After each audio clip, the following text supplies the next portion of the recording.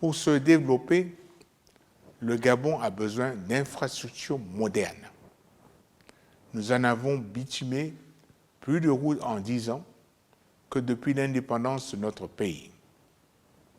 Notre réseau routier sera renforcé de nouveau avec la transgabonaise qui traversera notre pays d'est en ouest sur 780 km. La route, quand elle est faite, la phase travaux est précédée par une phase d'études. Aujourd'hui, nous avons donc déjà fait des études sur la section PK24, PK105.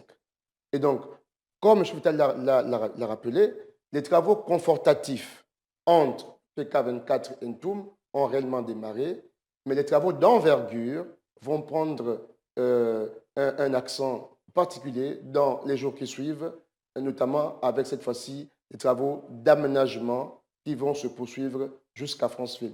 Il faut du temps pour réformer le système éducatif. On a connu une période d'atonie. Le président a souvent dit qu'il n'est pas essentiel de rappeler les responsabilités. La situation est telle qu'il faut corriger. Très bien. Je voudrais déjà donner une précision. Lorsque j'étais passé ici, j'avais dit qu'on ne devait faire que le bac et qu'on était en train d'étudier les propositions pour le BPC et le CEP. Et le CEP. J'annonce ici que le BPC et le CEP ne se tiendront pas, mais seront délivrés sur la base de la moyenne du contrôle continu. Donc, comme ça s'est fait ailleurs. Depuis la crise de la Covid-19, l'objectif, c'était de maintenir, c'était de maîtriser cette crise. D'accord. Donc, nous avons mis toute l'énergie, tout le personnel de santé a été déployé pour pouvoir circonscrire la crise.